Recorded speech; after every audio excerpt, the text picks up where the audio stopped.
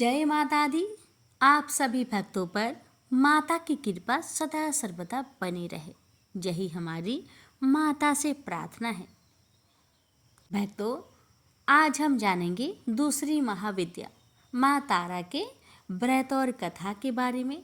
जो साधक माँ तारा का स्मरण और कथा को श्रद्धा से सुनते हैं, उन पर माँ तारा की विशेष आशीर्वाद होता है। सभी कष्ट मिट जाते हैं, जीवन में सुख, समृद्धि और सुरक्षा का वरदान प्राप्त होता है। माँ तारा 10 महाविद्याओं में दूसरी महाविद्या है। माँ तारा नील वर्ण या नीलमणि सी कांति वाली माँ है, जो साधक को समस्त भय, संकट और विपदाओं से बचाने वाली है। माँ के 4 हाथ हैं। एक में कैंची या खड्ग, जो साधक के सभी बाधाएं काट देती है। दूसरे हाथ में कमल का फूल है, जो साधक को शांति और समृद्धि का वरदान देती है। तीसरे हाथ में साधक को अभय मुद्रा में संरक्षण देती है।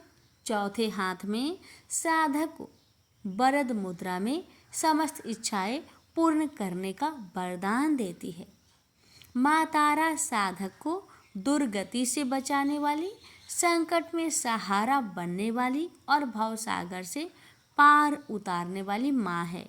भक्तों, जब समुद्र मंथन चल रहा था, जिससे कालकूट नामक हलाहल विष निकला था, यह विष समस्त सृष्टि को नष्ट करने वाला था। देव दानव सभी भयभीत हो गए और महादेव शिव ने उस हलाहल विष को पी लिया। तब यह विष शिव के कंठ में रुक गया और उनका कंठ नीला हो गया। तब माँ तारा ने माँ के रूप में शिव को अपना दूध पान कराया और विष का ताप शीतल किया। माँ तारा संकट में सहारा बनने वाली माँ है, जो साधक को समस्त कष्टों से मुक्ति दिलाती है। भक्तों, माँ तारा की कथा को श्रद्धा पूर्वक मन लगाकर पूरा सुनने से माँ भक्तों के सभी संकट, रोग और भय से मुक्ति दिलाती है। माँ की कृपा से साधक में मानसिक बल और सहनशीलता का विकास होता है। माँ तारा साधक को भवसागर से पार उतारने में सहायक रहती है। साधक के जीवन में सुख, समृद्धि और शांति स्थापित होती है। व्रत विधि। भक्तों, सुबह स्नान करके साफ वस्त्र धारण करें। नीले या सफेद रंग का वस्त्र शुभ रहते हैं। माँ तारा का चित्र या प्रतिमा स्थापित कर दीपक, धूप और अगरबत्ती जलाइए। माँ को नीले या सफेद फूल और मिश्री या खीर का भोग अर्पण करें। माँ का नाम लेकर साधारण सा जाप करें, जैसे जय माँ तारा या माँ तारा रक्षा करो। माँ तारा की कथा को श्रद्धा पूर्वक सुने। दिन में या रात्रि में माँ का स्मरण कर साधना करें। जो साधक माँ तारा की कथा पूरी श्रद्धा से सुनते हैं, माँ उन साधकों की सभी कष्ट मिटाकर उन्हें जीवन में सुख, समृद्धि और सुरक्षा प्रदान करती है।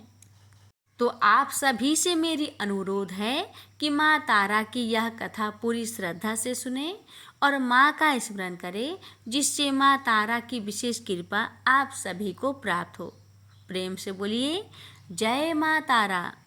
कथा इस प्रकार है। राजा स्पर्श माँ भगवती का पुजारी था। दिन रात महामाई की पूजा करता था। माँ ने भी उसे राजपाट, धन दौलत, ऐशो आराम के सभी साधन दिए थे। कमी थी तो सिर्फ यह कि उसके घर में कोई संतान न थी। यही गम उसे दिन रात सताता था। वो तारा रानी से यही प्रार्थना करता रहता था। वो माँ से यही प्रार्थना करता रहता कि हे तारा रानी, हे माता रानी, मुझे एक लाल बख्श दो, ताकि मैं भी संतान का सुख भोग सकूं। मेरे पीछे भी मेरा नाम लेने वाला हो, मेरे वंश भी चलता रहे। माँ ने उसकी पुकार सुन ली। एक दिन माँ ने आकर राजा को स्वप्न में दर्शन दिए और कहा, हे राजन, मैं तेरी भक्ति से बहुत प्रसन्न हूँ और तुझे वरदान देती हूँ कि तेरे घर में 2 कन्याएं जन्म लेगी। कुछ समय के बाद राजा के घर में एक कन्या ने जन्म लिया।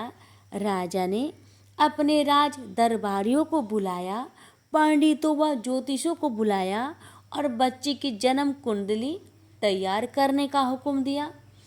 पंडित तथा ज्योतिषी ने उस बच्चे की जन्म कुंडली तैयार की और कहा, हे राजन, यह कन्या तो साक्षात देवी है। यह कन्या जहाँ भी कदम रखेगी वहाँ खुशियाँ ही खुशियाँ होगी।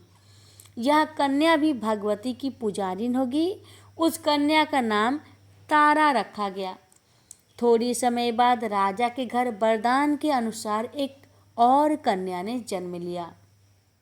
मंगलवार का दिन था। पंडितों और ज्योतिषों ने जब जन्म कुंडली तैयार की तो उदास हो गए। राजा ने उदासी का कारण पूछा तो वे कहने लगे, महाराज, यह कन्या आपके लिए शुभ नहीं है। राजा ने उदास होकर ज्योतिषियों से पूछा कि मैंने ऐसे कौन से बुरे कर्म किए हैं जो कि इस कन्या ने मेरे घर में जन्म लिया है। उस समय ज्योतिषियों ने अपनी ज्योतिषी लगाकर बताया, कहने लगे कि ये दोनों कन्याएं जिन्होंने आपके घर में जन्म लिया है, पिछले जन्म में राजा इंद्र की अप्सराएं थी। इन्होंने सोचा कि हम भी मृत्यु लोक में भ्रमण करें तथा देखें कि मृत्यु लोक पर लोग किस तरह रहते हैं। दोनों ने मृत्यु लोक पर आकर एकादशी का व्रत रखा। बड़ी बहन का नाम तारा था, छोटी बहन का नाम रुकमन। बड़ी बहन तारा ने अपनी छोटी बहन से कहा कि रुकमन, आज एकादशी का व्रत है, हम लोगों को आज भोजन नहीं खाना है, तो बाजार जाकर फल लेकर आओ। रुकमन बाजार फल लेने गई।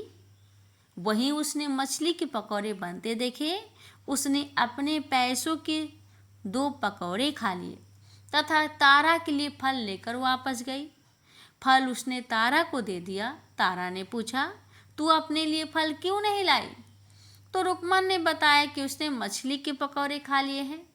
उसी वक्त तारा ने गुस्से में आकर श्राप दिया, जा नीच, तूने आज एकादशी के दिन मछली खाया है, नीच कर्म किया है।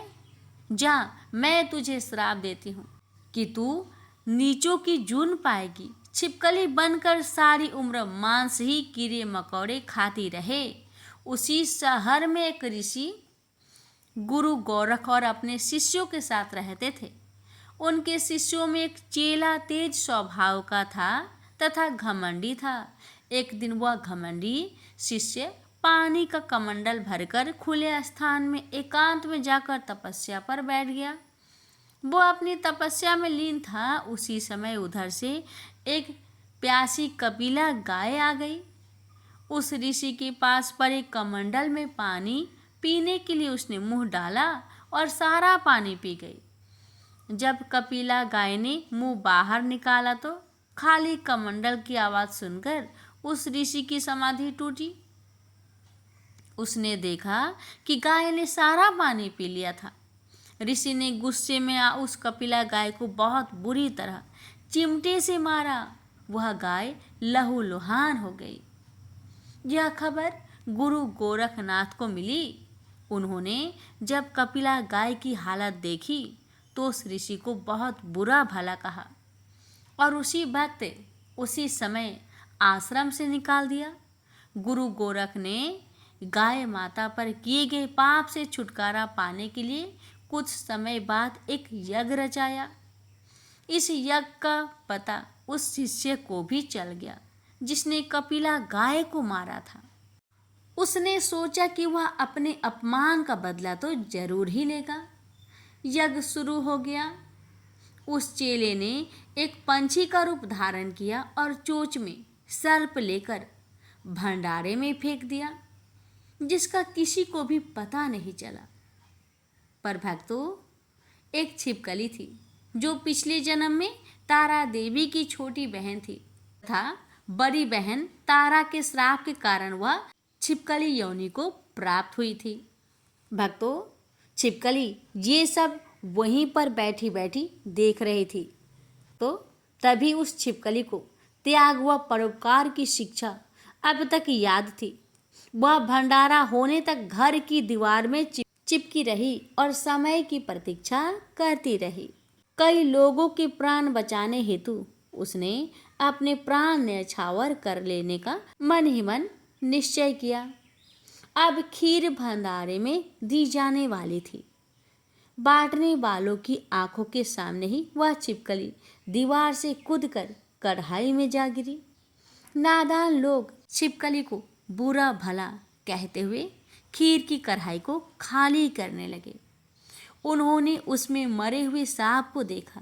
तब सबको मालूम हुआ कि छिपकली ने अपने प्राण देकर उन सबके प्राणों की रक्षा की है। उपस्थिति सभी सज्जनों और देवताओं ने उस छिपकली के लिए प्रार्थना की कि उसे सब योनियों में उत्तम मनुष्य जन्म प्राप्त हो तथा अंत में वह मोक्ष को प्राप्त करे। तीसरे जन्म में वह छिपकली राजा स्पर्श के घर कन्या जन्मी। दूसरी बहन तारा देवी ने फिर मनुष्य जन्म लेकर तारामती नाम से अयोध्या के प्रतापी राजा हरिश्चंद्र के साथ विवाह किया। राजा स्पर्श ने ज्योतिषियों से कन्या की कुंडली बनवाई। ज्योतिषियों ने राजा को बताया कि कन्या आपके लिए हानिकारक सिद्ध होगी, शकुन ठीक नहीं है, अतः आप इसे मरवा दीजिए। राजा बोले, लड़की को मारने का पाप बहुत बड़ा है, मैं उस पाप का भार नहीं बन सकता। तब ज्योतिषियों ने विचार करके राय दी, हे राजन, आप एक लकड़ी के संदूक में ऊपर से सोना चांदी आदि जुड़वा दे, फिर उस संदूक के भीतर लड़की को बंद करके नदी में प्रवाहित कर दीजिए। सोने चांदी से जरा हुआ संदूक अवश्य ही कोई लालच से निकाल लेगा और आपकी हत्या कन्या को भी पाल लेगा और आपको किसी प्रकार का पाप ना लगेगा।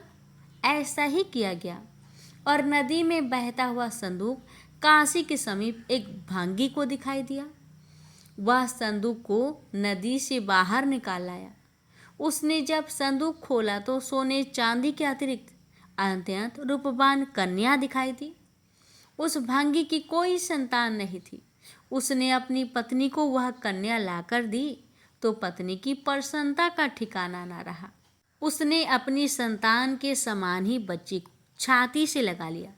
भगवती की कृपा से उसके स्तनों में दूध उतर आया।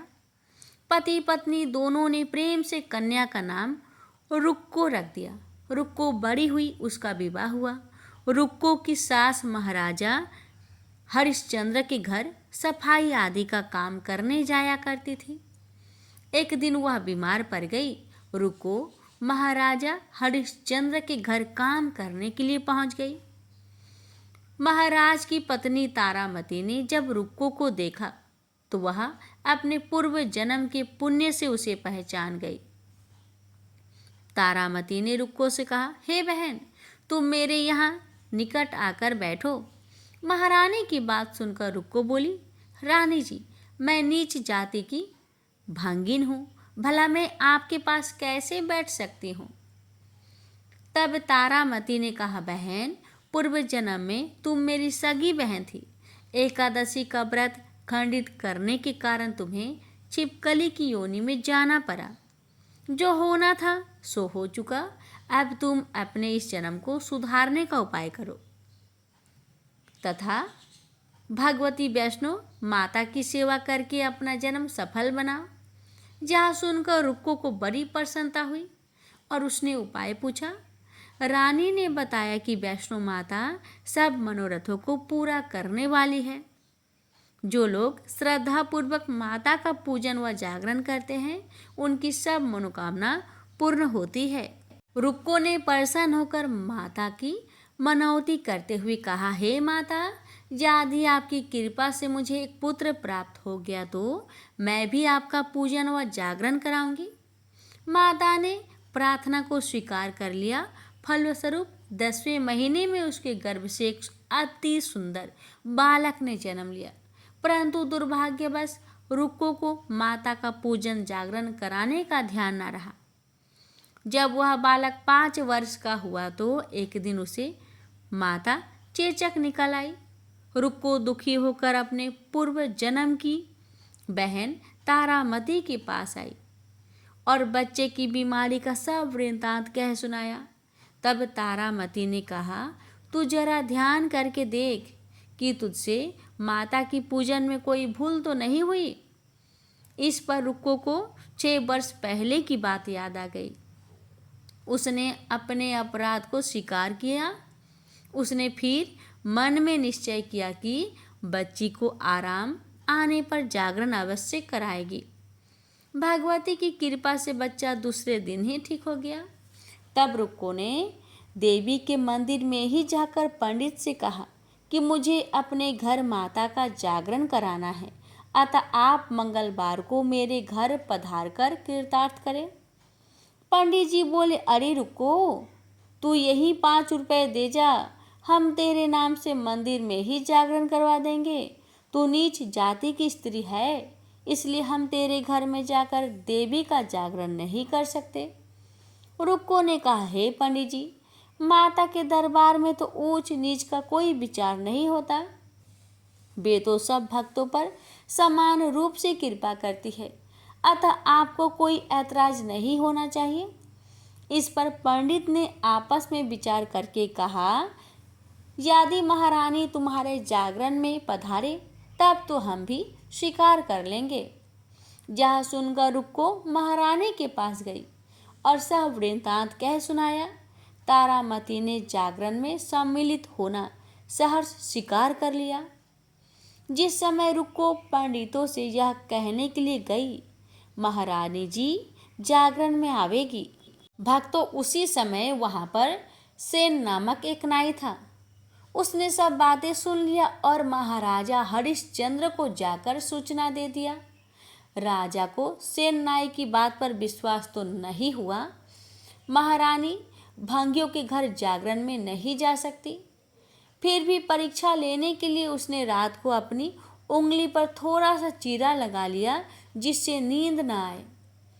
रानी तारामती ने जब देखा कि जागरण का समय हो रहा है परंतु महाराज को नींद नहीं आ रही, तो उसने माता वैष्णो देवी से मन ही मन प्रार्थना की, हे माता, आप किसी उपाय से राजा को सुला दे ताकि मैं जागरण में सम्मिलित हो सकूं।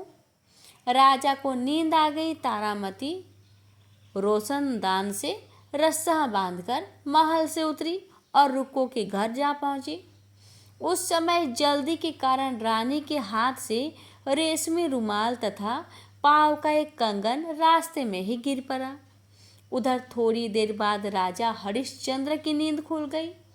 वह भी रानी का पता लगाने निकल पड़ा। उसने मार्ग में कंगन व रुमाल देखा। राजा ने दोनों चीजें रास्ते से उठाकर अपने पास रख ली और जहाँ जागरण हो रहा था वहाँ जा पहुँचा। वह एक कोने में चुपचाप बैठकर दृश्य देखने लगा। जब जागरण समाप्त हुआ तो सबने माता की अरदास की। उसके बाद प्रसाद बांटा गया। रानी तारामती को जब प्रसाद मिला तो उसने झोली में रख लिया। यह देख लोग ने पूछा, आपने प्रसाद क्यों नहीं खाया? यदि अपना खाएंगी तो कोई भी प्रसाद नहीं खाएगा। रानी बोली, तुमने प्रसाद दिया वह मैंने महाराज के लिए रख लिया, अब मुझे मेरा प्रसाद दे दे। अब की बार प्रसाद ले। तारा ने खा लिया। इसके बाद सब भक्तों ने माँ का प्रसाद खाया। इस प्रकार जागरण समाप्त करके प्रसाद खाने के पश्चात रानी तारामती महल की तरफ चली। तब राजा ने आगे बढ़कर रास्ता रोक लिया और कहा, तूने नीचों के घर का प्रसाद खा अपना धर्म भ्रष्ट कर लिया। अब मैं तुझे अपने घर कैसे रखूं? तूने तो कुल की मर्यादा व प्रतिष्ठा का भी ध्यान नहीं रखा। जो प्रसाद तू अपनी झोली में मेरे लिए लाई है उसे खिलाकर तू मुझे भी अपवित्र करना चाहती है।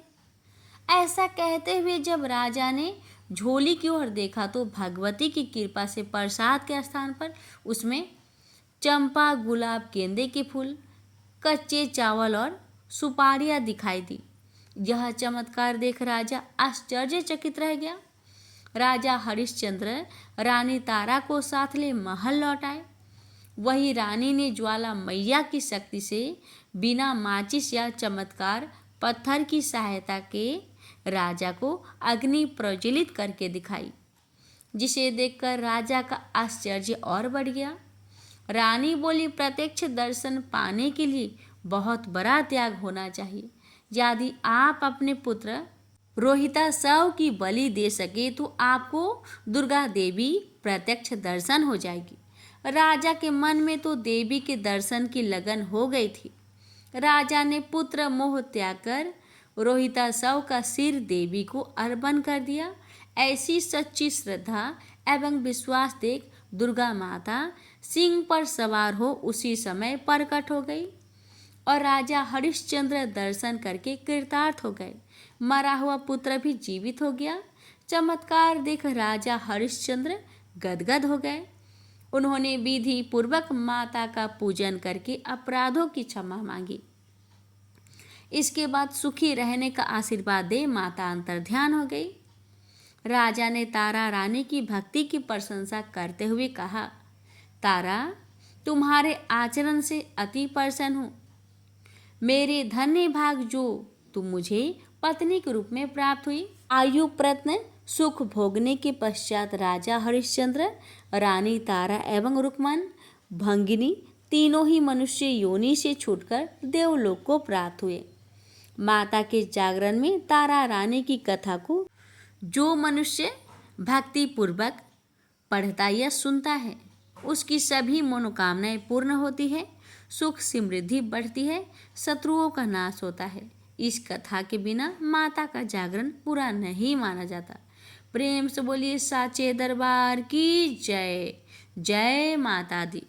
भक्तों, माँ तारा की यह दिव्य कथा सुनने के बाद अब हम सभी मिलकर माँ दुर्गा सप्तशती के दूसरे और तीसरे अध्याय का पाठ करेंगे। ये दोनों अध्याय माँ दुर्गा के महापराक्रम और महिषासुर जैसे महादानवों के संहार का वर्णन करते हैं, जो साधक को जीवन में हर संकट, हर बाधा से मुक्ति दिलाने का सामर्थ्य रखते हैं। आप सभी से अनुरोध है कि इन दोनों अध्यायों को पूर्ण श्रद्धा और एकाग्रता से सुने। यह साधारण पाठ नहीं है, यह माँ दुर्गा का सीधा आह्वान है। जो साधक पूरी श्रद्धा से इसे सुनते हैं, माँ दुर्गा स्वयं उनकी रक्षा करती है, उनके कष्ट मिटाती है और सभी मनोकामनाएं पूर्ण करती है। भक्तों, इसके साथ ही हम श्री दुर्गा कवच का भी श्रवण करेंगे। दुर्गा कवच साधक को चारों ओर से माँ की दिव्य रक्षा प्रदान करती है। इसलिए आप सभी से निवेदन है कि पूरी श्रद्धा और विश्वास के साथ बैठे, माँ का नाम स्मरण करें और पूरी कथा का पाठ और कवच का श्रवण करें। आप सभी के जीवन में सुख समृद्धि की असीम कृपा भरे। प्रेम से बोलिए जय माता दी। श्री दुर्गा सप्तशती पाठ का तीसरा और चौथा अध्याय। भक्तों, श्री दुर्गा सप्तशती पाठ के दूसरे अध्याय में आप सुनेंगे देवताओं के तेज से देवी की प्रादुर्भाव और महिषासुर की सेना की वध की कथा। महर्षि मेधा बोले, प्राचीन काल में देवताओं और असुरों में पूरे 100 वर्ष तक घोर युद्ध हुआ था। उनमें असुरों का स्वामी महिषासुर था और देवराज इंद्र देवताओं के नायक थे। इस युद्ध में देवताओं की सेना परास्त हो गई थी और इस प्रकार संपूर्ण देवताओं को जीत महिषासुर इंद्र बन बैठा था। युद्ध के पश्चात हारे हुए देवता प्रजापति श्री ब्रह्मा को साथ लेकर उस स्थान पर पहुंचे जहां पर कि भगवान शंकर विराजमान थे। देवताओं ने अपनी हार का सारा वृत्तांत भगवान श्री विष्णु और शंकर जी से कह सुनाया। वह कहने लगे, प्रभु, महिषासुर सूर्य, इंद्र, अग्नि, वायु, चंद्रमा, यम, वरुण तथा अन्य देवताओं के सब अधिकार छीनकर सबका अधिष्ठात्र स्वयं बन गया है। उसने समस्त देवताओं को स्वर्ग से निकाल दिया। वह मनुष्यों की तरह पृथ्वी पर विचर रहे हैं। दैत्यों की सारी करतूत हमने आपको सुना दी है और आपकी शरण में इसलिए आए हैं कि आप उनके वध का कोई उपाय सोचे। देवताओं की बातें सुनकर भगवान श्री विष्णु और शंकर जी को दैत्यों पर बड़ा गुस्सा आया। उनकी बहुएं तन गई और आंखें लाल हो गई। गुस्से में भरे हुए भगवान विष्णु के मुख से बड़ा भारी तेज निकला और उसी प्रकार का तेज भगवान शंकर, ब्रह्मा और इंद्र आदि दूसरे देवताओं के मुख से प्रकट हुआ। फिर वह सारा तेज एक में मिल गया और तेज का पुंज वह ऐसी दिखता था जैसे कि ज्वलमान पर्वत हो। देवताओं ने देखा कि उस पर्वत की ज्वाला चारों ओर फैली हुई थी और देवताओं के शरीर में प्रकट हुए उस तेज की किसी अन्य तेज से तुलना नहीं हो सकती थी। एक स्थान पर इकट्ठा होने पर तेज एक देवी के रूप में परिवर्तित हो गई और अपने प्रकाश से तीनों लोकों में व्याप्त जान पड़ा। वह भगवान शंकर का तेज था, उससे देवी का मुख प्रकट हुआ। यमराज के तेज से उनके सिर के बाल बने, भगवान श्री विष्णु के तेज से उनकी भुजाएं बनी, चंद्रमा के तेज से दोनों स्तन और इंद्र के तेज से जंघा और पिंडली तथा पृथ्वी के तेज से नितंब भाग बना, ब्रह्मा जी के तेज से दोनों चरण और सूर्य के तेज से उनकी उंगलियां पैदा हुई और कुबेर के तेज से नासिका बनी, प्रजापति के तेज से उनकी दांत और अग्नि के तेज से उनके नेत्र बने, संध्या के तेज से उनकी भौहें और वायु की तेज से उनकी कान प्रकट हुए। इस प्रकार उस देवी का प्रादुर्भाव हुआ था। महिषासुर से पराजित देवता उस देवी को देखकर अत्यंत प्रसन्न हुए। भगवान शंकर ने अपने त्रिशूल से एक त्रिशूल निकालकर उस देवी को दिया और भगवान विष्णु ने भी अपने चक्र में से चक्र निकालकर उस देवी को दिया। वरुण ने देवी को शंख भेंट किया, अग्नि ने उन्हें शक्ति दी, वायु ने उन्हें धनुष बांध दिए। सहस्त्र नेत्र वाले श्री देवराज इंद्र अपने वज्र से उसे उत्पन्न करके वज्र को देवी को दिया और ऐरावत हाथी का घंटा उतारकर देवी को भेंट किया। यमराज ने उन्हें काल दंड में से एक दंड दिया, वरुण ने पास दिए, प्रजापति ने स्फटिक की माला दी और श्री ब्रह्मा जी ने कमंडल दिया। सूर्य ने देवी के समस्त रोमों में अपनी किरणों का तेज भर दिया। काल ने चमकती हुई ढाल और तलवार दी तथा उज्जवल हार और दिव्य वस्त्र उसे भेंट किए और इनके साथ ही दिव्य चूड़ामणि दी, 2 कुंडल, कंगन, उज्जवल अर्धचंद्र, बाहों के लिए बाजूबंद, चरणों के लिए नूपुर, गले के लिए सुंदर हसली और अंगुलियों के लिए रत्नों की बनी हुई अंगूठियां उसे दी। विश्वकर्मा ने उनको फरसा दिया और उसके साथ ही कई प्रकार के अस्त्र और अमेध कवच दिए और इसके अतिरिक्त उसने उसे कभी ना कुमलाने वाले कमलों की मालाएं भेंट की। जल निधि ने सुंदर कमल का फूल भेंट किया। हिमालय ने सवारी के लिए सिंह और तरह तरह के रत्न देवी को भेंट किए। यक्षराज कुबेर ने मधु से भरा हुआ पात्र और शेष नाग ने उन्हें बहुमूल्य मणियों से विभूषित नागहार भेंट किया। इसी तरह दूसरे देवताओं ने भी उसे आभूषण और अस्त्र देकर उनका सम्मान किया। इसके पश्चात देवी ने उच्च स्वर से गर्जना की। उसके इस भयंकर नाद से आकाश गूंज उठा। देवी का वह उच्च स्वर से किया हुआ सिंहनाद समा ना सका। आकाश उनके सामने छोटा प्रतीत होने लगा। उससे बड़े जोर से प्रतिध्वनि हुई, जिससे समस्त विश्व में हलचल मच गई और समुद्र कांप उठे, पृथ्वी डोलने लगी और सबके सब पर्वत हिलने लगे। देवताओं ने उस समय प्रसन्न होकर सिंह वाहिनी जगत मई से कहा, हे देवी तुम्हारी जय हो। साथ ही महर्षियों ने भक्ति भाव से विनम्र होकर उनकी स्तुति की। संपूर्ण त्रिलोकी को शोकमान देखकर दैत्यगण अपनी सेनाओं को साथ लेकर और हथियार आदि सजाकर उठ खड़े हुए। महिषासुर के क्रोध का कोई परावर न था। उसने क्रोध में भरकर कहा, यह सब क्या उत्पात है? फिर वह अपनी सेना के साथ उस ओर दौड़ा जिस ओर से भयंकर नाद का शब्द सुनाई दिया था, और आगे पहुंचकर उसने देवी को देखा जो कि अपनी प्रभा से तीनों लोगों को प्रकाशित कर रही थी। उसके चरणों के भार से पृथ्वी दबी जा रही थी। माथे के मुकुट से आकाश में एक रेखा सी बन रही थी और उसके धनुष के टंकार से सब लोग क्षुब्ध हो रहे थे। देवी अपनी सहस्त्रों भुजाओं को संपूर्ण दिशाओं में फैलाए खड़ी थी। इसके पश्चात उनका दैत्यों के साथ युद्ध छिड़ गया और कई प्रकार के अस्त्र शस्त्रों से सबकी सब दिशाएं उद्भासित होने लगी। महिषासुर की सेना का सेनापति चिछुर नामक एक महान असुर था। वह आगे बढ़कर देवी के साथ युद्ध करने लगा और दूसरे दैत्यों की चतुरंगिनी सेना साथ लेकर चामर में रहने लगा और 60,000 महारथियों को साथ लेकर उदग्र नामक महादैत्य आकर युद्ध करने लगा। और महाहनु नामक असुर 1 करोड़ रथियों को साथ लेकर असीलोमा नामक असुर 5 करोड़ सैनिकों को साथ लेकर युद्ध करने लगा। बास्कल नामक असुर 60 लाख असुरों के साथ युद्ध में आ डटा। बिडाल नामक असुर 1 करोड़ रथियों सहित लड़ने को तैयार था। इन सब के अतिरिक्त और भी हजारों असुर हाथी और घोड़ा साथ लेकर लड़ने लगे।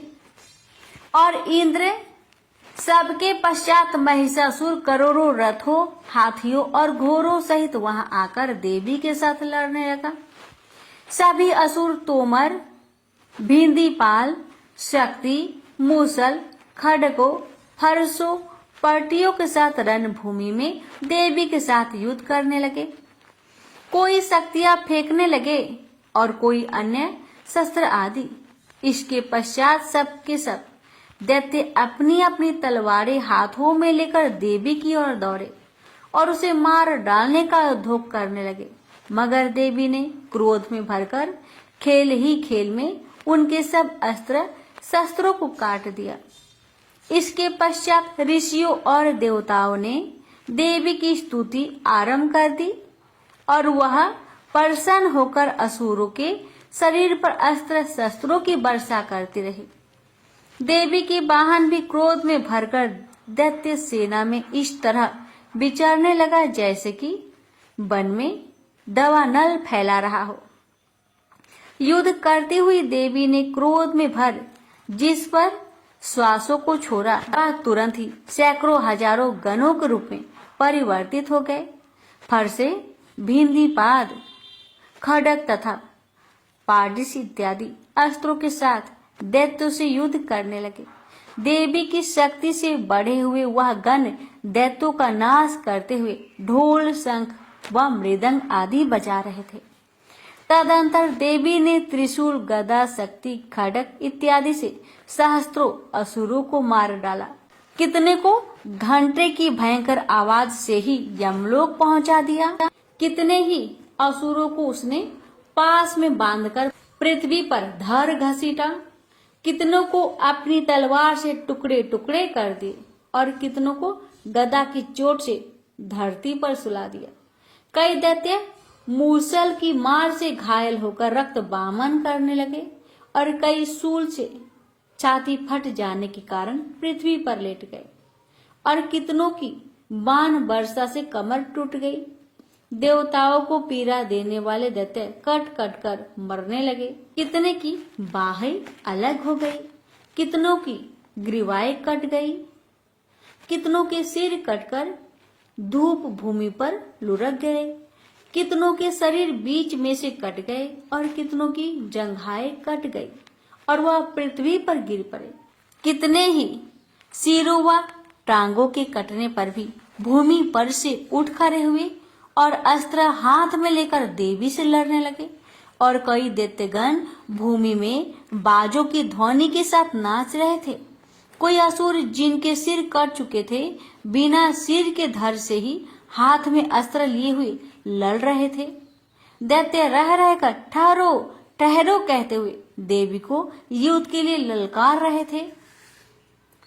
जहां पर यह घोर संग्राम हुआ था वहां की भूमि रथ, हाथी, घोड़े और असुरों की लाशों से भर गई थी और असुर सेना के बीच में रक्तपात होने के कारण रुधिर की नदियां बह रही थी। और इस तरह देवी ने असुरों की विशाल सेना को क्षण भर में इस तरह से नष्ट कर डाला जैसे तृण काष्ठ के बड़े समूहों को अग्नि नष्ट कर डालती है। और देवी का सिंह भी गर्दन के बालों को हिलाता हुआ और बड़ा शब्द करता हुआ असुरों के शरीर से मानो उनके प्राणों को ढूंढ रहा था। वहां देवी के गणों ने जब दैत्य के साथ युद्ध किया तो देवताओं ने प्रसन्न होकर आकाश से उन पर पुष्प वर्षा की। प्यारे भक्तों, अब हम दुर्गा सप्तशती के तीसरे अध्याय की शुरुआत करेंगे। तीसरे अध्याय में आप रसपान करेंगे सेनापतियों सहित महिषासुर का वध की कथा। महर्षि मेधा ने कहा, महिषासुर की सेना नष्ट होती देखकर उस सेना का सेनापति चिछूर क्रोध में भर देवी के साथ युद्ध करने के लिए आगे बढ़ा। वह देवी पर इस प्रकार बाणों की वर्षा करने लगा मानो सुमेरु पर्वत पानी की धार बरसा रहा हो। इस प्रकार देवी ने अपने बाणों से उसके बाणों को काट डाला तथा उसके घोड़ों व सारथी को मार दिया। साथ ही उसके धनुष और उसकी अत्यंत ऊंची ध्वजा को भी काट कर नीचे गिरा दिया। उसका धनुष कट जाने के पश्चात उसके शरीर के अंगों को भी अपने बाणों से बीध दिया। धनुष घोड़ों और सारथी के नष्ट होने पर वह असुर ढाल और तलवार लेकर देवी की तरफ आया। उसने अपनी तीक्ष्ण धार वाली तलवार से देवी के सिंह के मस्तक पर प्रहार किया और बड़े वेग से देवी की बाई भुजा पर वार किया।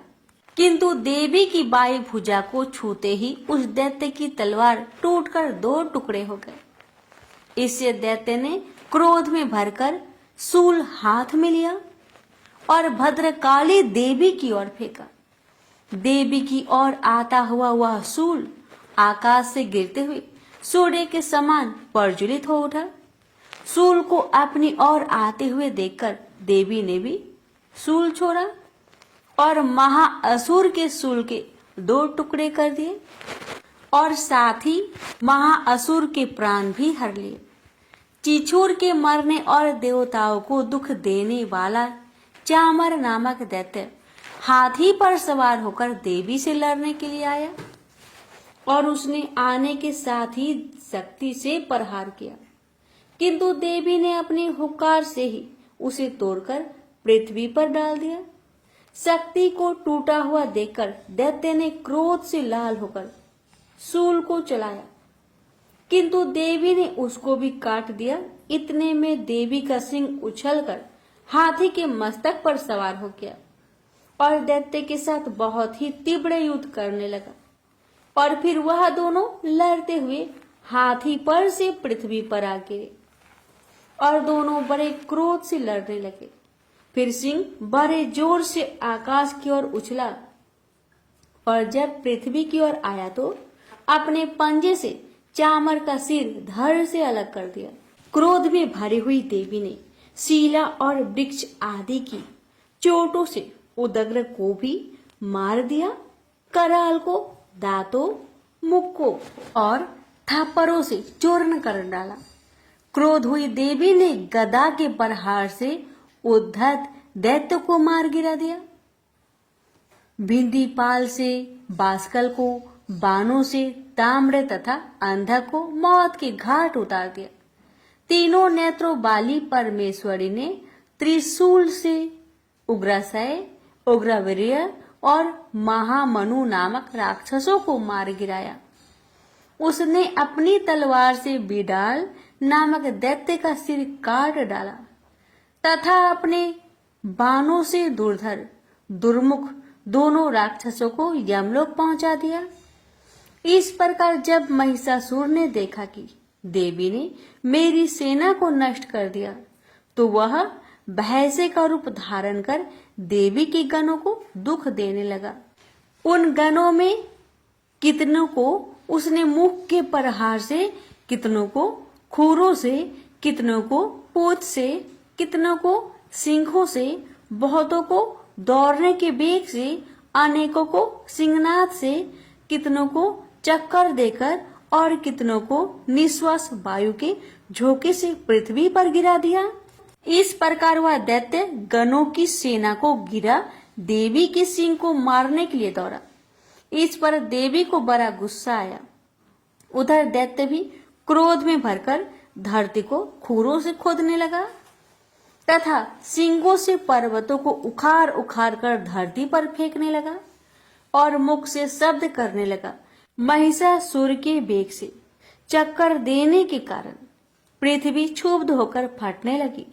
उसकी पूंछ से टकारा कर समुद्र चारों ओर फैल गया।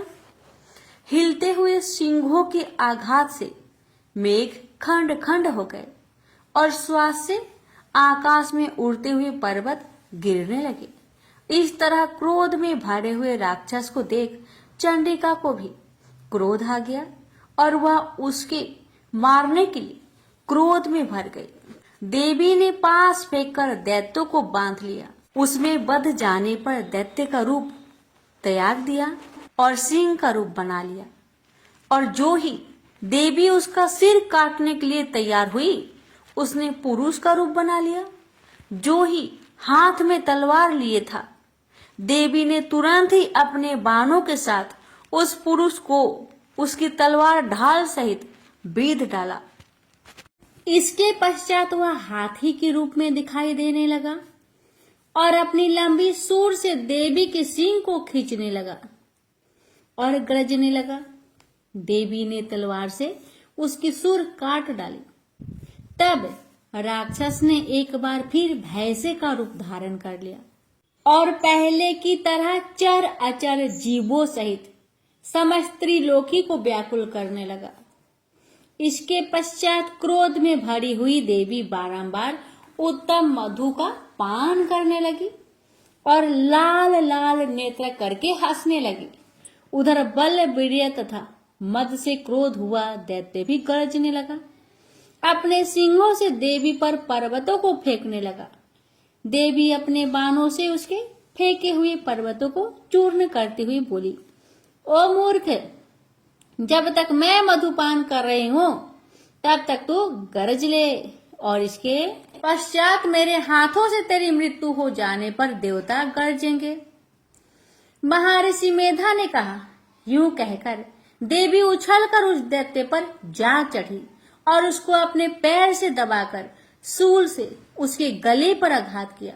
देवी के पैर से दबने पर भी दैत्य ने अपने दूसरे रूप से अपने मुख से बाहर होने लगा। अभी वह आधा ही बाहर निकला हुआ था कि देवी ने अपने प्रभाव से उसे रोक दिया। जब वह आधा निकला हुआ ही दैत्य युद्ध करने लगा तो देवी ने अपनी तलवार से उसका सिर काट दिया।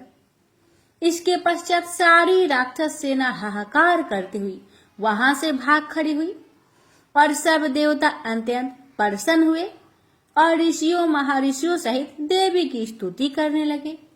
गंधर्वराज गान करने तथा अप्सराएं नृत्य करने लगी। प्रेम से बोलिए जय माता दी। माता रानी आप सभी भक्तों पर अपनी कृपा सदा बनाए रखे। भक्तों, अब हम अगला अध्याय कल के वीडियो में सुनेंगे। देवी माता के आशीर्वाद आप पर और आपके पूरे परिवार पर सदा बने रहे। देवी कवच यानी दुर्गा कवच पाठ।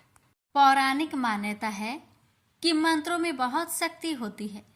अगर इस मंत्रों को सही से पढ़ा जाए तो प्रतिकूल कंपन को अधिक सकारात्मक और आकर्षक कंपन में बदलने की क्षमता होती है। अगर आप अपने चारों ओर फैली नकारात्मकता से परेशान हैं और आपको कोई रास्ता नहीं दिखाई पड़ रहा तो आपको दुर्गा कवच का पाठ करना चाहिए। ऐसा कहा जाता है कि वह व्यक्ति जो ईमानदारी से भक्ति और सही उच्चारण के साथ नियमित रूप से दुर्गा कवच को पढ़ता या सुनता है वह सभी बुराइयों से संरक्षित रहता है। 18 प्रमुख पुराणों में से एक मार्कंडेय पुराण के अंदर दुर्गा कवच देवी कवच के श्लोकों का उल्लेख है। दुर्गा कवच दुर्गा सप्तशती का एक आदित्य स्रोत है। दुर्गा कवच को भगवान ब्रह्मा ने ऋषि मार्कंडेय को सुनाया और इसमें 47 श्लोक शामिल है। इसके बाद 9 श्लोकों में फल श्रुति लिखित है। फल श्रुति का अर्थ होता है कि मंत्रों को सुनने या पढ़ने से क्या फल प्राप्त होता है। दुर्गा कवच का महत्व। दुर्गा कवच में भगवान ब्रह्मा जी ने देवी पार्वती माँ की 9 अलग अलग देवीय रूपों के बारे में बताया है।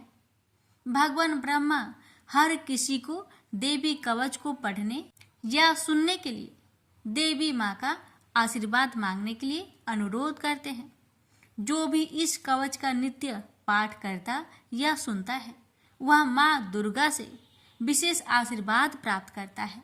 नकारात्मकता को खत्म करने के लिए एक शक्तिशाली मंत्रों का संग्रह देवी कवच के रूप में विद्यमान है। यह जातक को किसी भी बुरी आत्माओं से बचाने के लिए एक कवच के लिए रूप में कार्य करता है। भक्तों, अब जानते हैं दुर्गा कवच का पाठ कैसे करें। दुर्गा कवच का पाठ दुर्गा सप्तशती के आरंभ में और दुर्गा सप्तशती पाठ के बाद में करना चाहिए। दुर्गा कवच का पाठ करने से पहले स्नान करके स्वच्छ वस्त्र धारण कर ले। इसके बाद माँ का ध्यान करे और घी का दीप जलाए। दुर्गा कवच का पाठ शुरू करने से पहले अपने मन से सभी दुर्भावनाओं को दूर कर दे और सिर्फ माँ की भक्ति के बारे में विचार करे। माँ को पुष्प अर्पित करने के बाद फल मिष्ठान का भोग लगाए और दुर्गा कवच का पाठ शुरू करे। दुर्गा कवच का पाठ करने के लाभ। दुर्गा कवच का पाठ करने से जातक के मन और उसके आसपास से नकारात्मक ऊर्जाओं का नाश होता है। दुर्गा कवच का पाठ करने से जातक को प्रेत बाधा जैसी समस्याओं से जल्दी मुक्ति मिल जाती है। दुर्गा कवच का पाठ करने से अकाल मृत्यु जैसे संकट दूर होते हैं। दुर्गा कवच का पाठ करने से बड़े से बड़े संकट का निवारण होता है। दुर्गा कवच का पाठ करने से असाध्य रोगों से मुक्ति मिलती है। इतना ही नहीं, दुर्गा कवच का पाठ से न्यायालय से जुड़ी मामलों में जीत हासिल होती है। भक्तों, इस पावन दुर्गा कवच का पाठ करने से इतना ही नहीं, शत्रुओं में भी विजय हासिल होती है। अब जानिए दुर्गा कवच पाठ करने के कुछ नियम। दुर्गा कवच करते समय शब्दों के उच्चारण का विशेष ध्यान देना चाहिए। अगर आप संस्कृत में पाठ नहीं कर पा रहे तो हिंदी में पाठ करें, लेकिन गलत उच्चारण में इसका पाठ कभी ना करें। दुर्गा कवच का पाठ करते समय प्याज, लहसुन, तंबाकू, मांस, मदिरा और किसी भी प्रकार के तामसिक भोजन को ना ग्रहण करें। दुर्गा कवच का पाठ करते समय पूर्ण ब्रह्मचर्य का पालन करना चाहिए। दुर्गा कवच का पाठ करते समय मन में कोई भी छल कपट, लोभ, लालच को नहीं रखना चाहिए और सच्चे मन से माँ की आराधना करनी चाहिए। दुर्गा कवच का पाठ करते समय स्वच्छ और सुगंधित वातावरण होना चाहिए। आसपास गंदगी ना हो, इसका विशेष ध्यान देना चाहिए। आइए रसपान करते हैं। श्री दुर्गा कवच पाठ प्रारंभ है। महर्षि मार्कंडेय बोले, हे पितामह, संसार में जो गुप्त हो और मनुष्यों की सब प्रकार से रक्षा करता हो और जो आपने किसी को आज तक न बताया हो, वह कवच मुझे बताइए। श्री ब्रह्मा जी कहने लगे, अत्यंत गुप्त व सब प्राणियों की भलाई करने वाला कवच मुझसे सुनो। प्रथम शैलपुत्री, दूसरी ब्रह्मचारिणी, तीसरी चंद्रघंटा, चौथी कुष्मांडा, पांचवी स्कंद माता, छठी कात्यायनी, सातवीं कालरात्रि, आठवीं महागौरी, नौवीं सिद्धिदात्री। यह देवी की 9 मूर्तियां हैं और यह 9 दुर्गा कहलाती है। आग में जलता हुआ रण में शत्रु से घेरा हुआ, विषम संकट में फंसा हुआ, मनुष्य आदि दुर्गा के नाम का स्मरण करे तो उनको कभी भी कोई हानि नहीं होती। रण में उसके लिए कुछ भी आपत्ति नहीं और ना उसे किसी प्रकार का दुख या डर ही होता है। हे देवी, जिसने श्रद्धा पूर्वक तुम्हारा स्मरण किया है उसकी वृद्धि होती है, और जो तुम्हारा चिंतन करते हैं उनकी तुम निस्संदेह रक्षा करने वाली हो। चामुंडा प्रेत पर, वारही भैंसे पर, ऐन्द्री हाथी पर, वैष्णवी गरुड़ पर आसन जमाती है। हे महेश्वरी बैल पर, कौमारी मोर पर और हाथ में कमल लिए हुए विष्णुप्रिया लक्ष्मी जी की कमल के आसन पर विराजती है। बैल पर बैठी हुई ईश्वरी देवी ने श्वेत रूप धारण कर रखा है और ब्रह्मी देवी हंस पर बैठती है और सब प्रकार के आभूषणों से विभूषित है। इस प्रकार यह सब माताएं सब प्रकार के योग शक्तियों से युक्त और अनेक प्रकार के रत्न धारण किए हुए हैं। भक्तों की रक्षा के लिए संपूर्ण देवियां रथ में बैठी तथा क्रोध में भरी हुई दिखाई देती है, और ये शंख, चक्र, गदा, शक्ति, हल और मूसल, खेटक और तोमर, परशु तथा पास, कुंती और त्रिशूल एवं उत्तम सारंग, धनुष आदि शास्त्रों को दैत्य के नाश के लिए और भक्तों की रक्षा के लिए है और देवताओं के कल्याण के लिए धारण किए हैं। हे महारुद्रे, अत्यंत घोर पराक्रम, महान बल और महान उत्साह वाली देवी, तुमको मैं नमस्कार करता हूँ। हे देवी, तुम्हारा दर्शन दुर्लभ है तथा आप शत्रुओं के भय को बढ़ाने वाली है। हे जगदम्बिके, मेरी रक्षा करो। पूर्व दिशा में ऐन्द्री मेरी रक्षा करे, अग्निकोण में अग्नि शक्ति, दक्षिण में वाराही देवी, नेतृत्व कोण में खड़क धारिणी देवी मेरी रक्षा करे। बारूनी पश्चिम दिशा में, वायु कोण में मृग वाहिनी, उत्तर में कौमारी और ईशान में शूलधारिणी देवी मेरी रक्षा करे। ब्राह्मणी ऊपर की ओर से मेरी रक्षा करे और वैष्णवी देवी नीचे की ओर मेरी रक्षा करे। और इसी प्रकार 100 पर बैठी चामुंडा देवी 10 दिशाओं में मेरी रक्षा करे। जया आगे, विजया पीछे, बाई और अजीता, दाहिनी और अपराजिता मेरी रक्षा करे। उधोतिनी देवी शिखा की रक्षा करे तथा उमा सिर में स्थित होकर रक्षा करे। इसी प्रकार मस्तक में मालाधरी देवी रक्षा करे और यशस्वी देवी मेरी भौहों का संरक्षण करे। भौहों के मध्य भाग में त्रिनेत्रा नथुनों की यम घंटा देवी रक्षा करे। नेत्रों के मध्य में शंखिनी देवी और द्वार बासिनी कानों की रक्षा करे।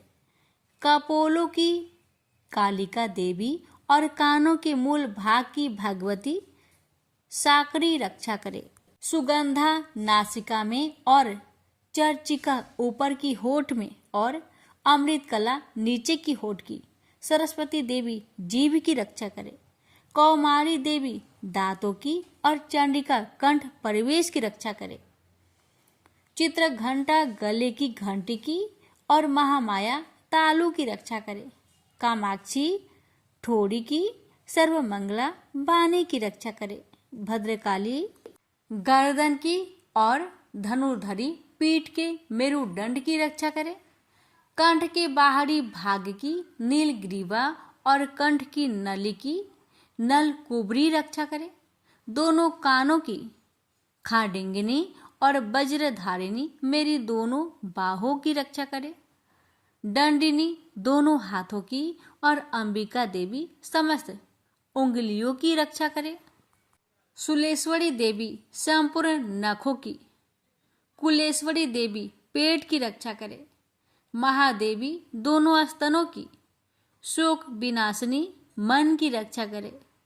ललिता देवी हृदय की, शूलधारिणी उदर की रक्षा करे।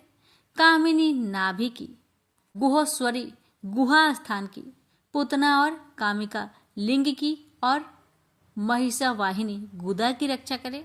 भगवती छठी भाग में और विंध्यावासिनी घुटनों की रक्षा करे।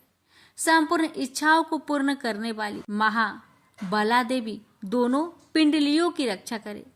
नरसिंही दोनों टकुनों की और तेजसी देवी दोनों पावों के पृष्ठ भाग की, श्रीधरी पावों की अंगुलियों की तथा वासिनी पैर की तलुओं की, दंष्ट्रा करालिनी देवी नखों की, ऊर्ध्व केशविनी केशों की, बागेश्वरी त्वचा की रक्षा करे। रोमा बलियों की छिद्रों की, कौबेरी और त्वचा की बागेश्वरी देवी रक्षा करे। पार्वती देवी रक्त, मज्जा, बसा, मांस, हड्डी की रक्षा करे। कालरात्रि आंतों की रक्षा करे। मुकुटेश्वरी देवी पित्त की, पद्मावती कमल कोश की, चूड़ामणि कफ की रक्षा करे। ज्वालामुखी नसों के जल की रक्षा करे। अभेदा देवी शरीर के सब जोड़ों की रक्षा करे। ब्राह्मणी मेरे वीर्य की, छत्रेश्वरी छाया की और धर्म धारिणी मेरे अहंकार मन तथा बुद्धि की रक्षा करे। प्राण अपान समान उदान और व्यान की, वज्रहस्ता देवी रक्षा करे। कल्याण शोभना मेरे प्राण की रक्षा करे। रस, रूप, गंध, शब्द और स्पर्श इन विषयों का अनुभव करते समय योगिनी देवी मेरी रक्षा करे तथा मेरे सत्वगुण, रजोगुण, तमोगुण की रक्षा नारायणी देवी करे। आयु की रक्षा बाराही देवी करे। वैष्णवी धर्म की तथा चक्रिनी देवी मेरी यश, कृति, लक्ष्मी, धन, विद्या की रक्षा करे। इंद्राणी मेरे शरीर की रक्षा करे और हे चंडिके आप मेरे पशुओं की रक्षा करे। महालक्ष्मी मेरे पुत्रों की रक्षा करे और भैरवी मेरी पत्नी की रक्षा करे। मेरे पथ की सुपथा तथा मार्ग की क्षमा करी देवी रक्षा करे। राजा के दरबार में महालक्ष्मी तथा सब और व्याप्त रहने वाली विजया देवी चारों ओर से मेरी रक्षा करे। जो स्थान रक्षा से रहित हो और कवच में रच गया हो उसका पापों का नाश करने वाली जयंती देवी रक्षा करे। अपना शुभ चाहने वाले मनुष्य को बिना कवच के एक पग भी कहीं न जाना चाहिए, क्योंकि कवच रखने वाला मनुष्य जहां भी जाता है वहां उसे अवश्य धन लाभ होता है तथा विजय प्राप्त करता है। अभीष्ट वस्तु की इच्छा करता है वह उसको इस कवच के प्रभाव से अवश्य मिलती है और वह इसी संसार में महा ऐश्वर्य को प्राप्त होता है। कवचधारी मनुष्य निर्भय होता है और वह तीनों लोकों में माननीय होता है। देवी का यह कवच देवताओं के लिए भी कठिन है। जो नित्य प्रति नियम पूर्वक तीनों संध्याओं को श्रद्धा के साथ इनका पठन पाठन करता है उसे देव शक्ति प्राप्त होती है। वह तीनों लोकों को जीत सकता है तथा अकाल मृत्यु से रहित होकर 100 वर्ष तक जीवित रहता है। उसकी लुता, चर्म रोग, विस्फोट आदि समस्त व्याधियां समूल नष्ट हो जाती है। वह अस्थावर, जंगम तथा कृत्रिम विष दूर होकर उनका कोई असर नहीं होता है तथा समस्त अभिचारक प्रयोग और इस तरह के जितने मंत्र तंत्र इत्यादि होते हैं इस कवच के हृदय में धारण कर लेने पर नष्ट हो जाते हैं। इसके अतिरिक्त पृथ्वी पर विचरने वाला भूचर, नभचर, जलचर प्राणी, उपदेश मात्र से सिद्ध होने वाले निम्न कोटि के देवता, जन्म के साथ प्रकट होने वाले देवता, कुल देवता, कंठमाल आदि डाकिनी साकिनी, अंतरिक्ष में विचरने वाली अत्यंत बलवती भयानक डाकिनियां, गृह भूत, यक्ष, गंधर्व, राक्षस, ब्रह्म राक्षस, बैताल, कुष्मांड और भैरव आदि अनिष्ट कारक देवता भी उस मनुष्य को, जिसने कि अपने हृदय में यह कवच धारण किया हुआ, देखते ही भाग जाते हैं। इस कारण कवच के धारण करने से मान और तेज बढ़ता है। जो मनुष्य इस कवच का पाठ करके उसके पश्चात सप्तशती चंडी का पाठ करता है, उसका यश जगत में विख्यात होता है। और जब तक वन पर्वत और कना आदि इस भूमंडल पर स्थित है, तब तक यह पुत्र पौत्र आदि संतान परंपरा बनी रहती है। फिर देहांत होने पर ऐसा मनुष्य परम पद को प्राप्त होता है, जो देवताओं के लिए भी कठिन है, और अंत में सुंदर रूप को धारण करके भगवान शंकर के साथ आनंद करता हुआ परम मोक्ष को प्राप्त होता है। प्रेम से बोलिए जय माता दी। माता, इस दुर्गा कवच पाठ करने में हमसे अगर कोई गलती हुई हो उसे क्षमा करे। हे माता, कथा कहने वाले पर, सुनने वाले पर अपनी कृपा बनाए रखे। जय माता दी। अब भक्तों रसपान करेंगे अर्थ और गला श्रोतम।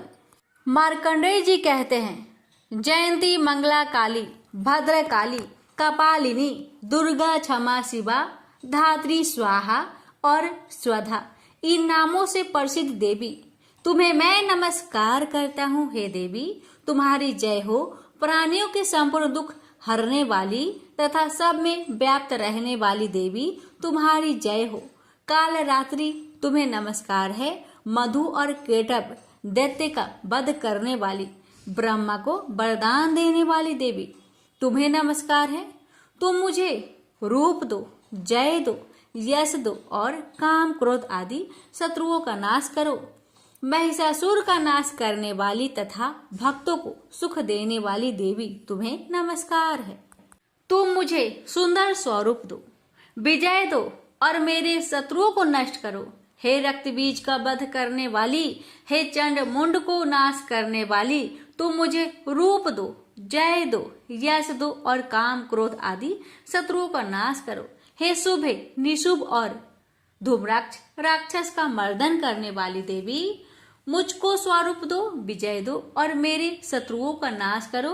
हे पूजित चरण युगल वाली देवी, हे संपूर्ण सौभाग्य प्रदान करने वाली देवी, तुम रूप दो, जय दो, यश दो और काम क्रोध आदि शत्रुओं का नाश करो। हे देवी, तुम्हारे रूप और चरित्र अमित है।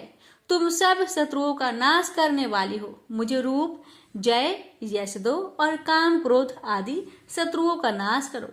पाप को दूर करने वाली चंडिके, इस संसार में जो भक्ति से तुम्हारा पूजन करते हैं, उनको तुम रूप तथा विजय और यश दो तथा उनके शत्रुओं का नाश करो। रोगों का नाश करने वाली चंडिके, जो भक्ति पूर्वक तुम्हारी पूजा करते हैं, उन्हें रूप दो, यश दो और उनके काम क्रोध आदि शत्रुओं का नाश करो। हे चंडिके, इस संसार में जो भक्ति से तुम्हारी पूजा करते हैं, उनको तुम विजय और यश दो तथा उनके शत्रुओं का नाश करो। हे देवी, मुझे सौभाग्य दो और आरोग्य दो, परम सुख दो, रूप दो, जय दो, यश दो और मेरे काम क्रोध आदि शत्रुओं का नाश करो। हे देवी, जो मुझसे वैर रखते हैं, उनका नाश करो और मुझे अधिक बल प्रदान कर रूप, जय, यश दो और मेरे शत्रुओं का संहार करो। हे देवी, मेरा कल्याण करो और मुझे उत्तम संपत्ति प्रदान करो। रूप, जय, यश दो और काम क्रोध आदि शत्रुओं का नाश करो। हे देवता तथा राक्षसों के मुकुट रत्नों से स्पर्श किए हुए चरणों वाली देवी, हे अंबिके, मुझे रूप दो, विजय तथा यश दो और मेरे शत्रुओं का नाश करो। और हे देवी, अपने भक्तों को विद्वान, कीर्तिवान और लक्ष्मीवान बनाओ और उन्हें रूप दो, उन्हें जय दो और उनके शत्रुओं का नाश करो। हे प्रचंड दैत्यों के अभिमान का नाश करने वाली चंडिके, मुझे शरणागत को रूप दो, विजय दो, यश दो और मेरे शत्रुओं का नाश करो। हे चार भुजाओं वाली, हे ब्रह्मा द्वारा प्रशंसित परमेश्वरी, आप मुझे रूप दो, जय दो, यश दो और मेरे शत्रुओं को नष्ट करो। निरंतर भक्ति से भगवान विष्णु से सदा स्तुति की हुई हे अंबिके, रूप यश जय दो और मेरे शत्रुओं को नष्ट करो। हिमाचल कन्या पार्वती के भगवान शंकर से स्तुति की हुई है परमेश्वरी, मुझे रूप जय यश दो और मेरे शत्रुओं का नाश करो। इंद्राणी के पति इंद्र के द्वारा सद्भाव से पूजित होने वाली परमेश्वरी, मुझे तुम रूप दो, जय दो, यश दो और काम क्रोध आदि शत्रुओं को नष्ट करो। प्रचंड भुजदंड से दैत्यों के घमंडों को नष्ट करने वाली, मुझे रूप दो, जय दो, यश दो और मेरे शत्रुओं का नाश करो। हे देवी, तुम अपने भक्तों को सदा असीम आनंद देती हो, मुझे रूप जय यश दो और मेरे काम क्रोध आदि शत्रुओं को नष्ट करो। देवी, मेरी इच्छा अनुसार चलने वाली सुंदर स्त्री मुझे प्रदान करो कि संसार सागर से तरने वाली तथा उत्तम कुल में उत्पन्न हुई हो। जो मनुष्य पहले इस स्रोतम का पाठ करता है और फिर सप्तशती रूपी महास्रोत का पाठ करता है, वह सप्तशती की जप संख्या से मिलने वाले श्रेष्ठ फल को प्राप्त होता है और उसके साथ ही उसे प्रचुर धन भी प्राप्त होता है। प्रेम से बोलिए जय माता दी। भक्तों, रसपान करे अथ किलक स्रोतम।